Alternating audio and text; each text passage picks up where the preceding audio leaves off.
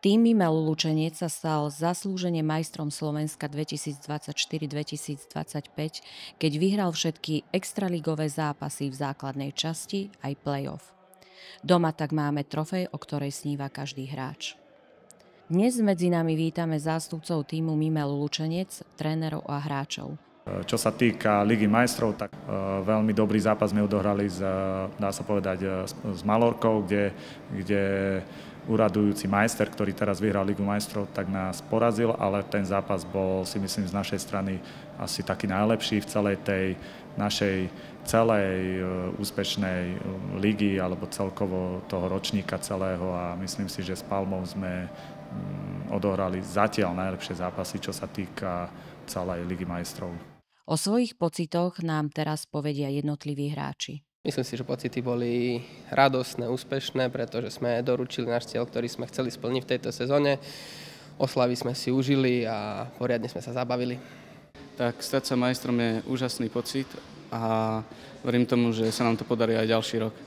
Po získal titul, ja som mal najlepší pocit, lebo celý sezóny pracovali sme na maximálne, že ja som veril, že museli sme vyhrať a ten titul, tak ja som bol šťastný a najlepší som mal pocit. Satisfação sempre de representar esse clube. E para mim é sempre uma oportunidade nova e ser campeão é o que mais interessa. Tak myslím si, že sme si verili celú sezónu, pretože káder sa tu postavil už v auguste, je veľmi dobrý, veľmi silný a išli sme si za svojím cieľom a to bol jednoznačne víťazstvo v tejto lige. Čo si myslíš, že vás odlišilo od ostatných tímov?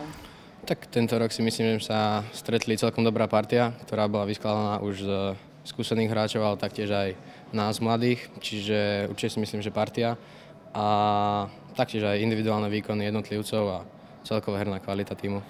A tvoj kľúčový moment?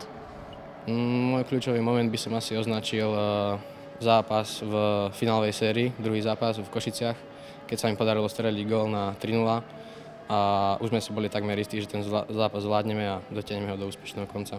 2024-2025 by som zhrnul ako najúspešnejšiu z pohľadu aj toho, že aj juniori, aj Extraliga, aj Liga majstrov bola veľmi úspešná. Celkovo by som išiel možno tak po takých dielčích častiach. Juniori 15 nám skončila na 2. mieste, 17 vyhrala majstra, U20 skončila 4. Myslím si, že to boli krásne úspechy, kde naši mladí podávali výborné výkony. Čo sa týka A mužstva, tak A mužstvo v základnej časti neprehralo ani jeden zápas.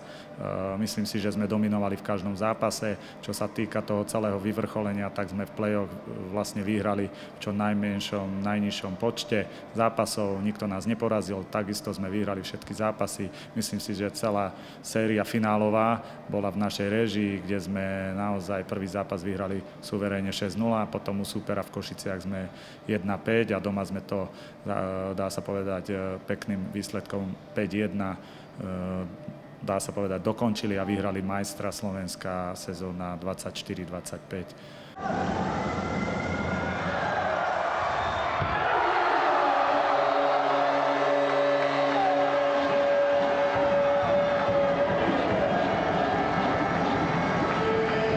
Pre televíziu Florena Mirka Kováčiková.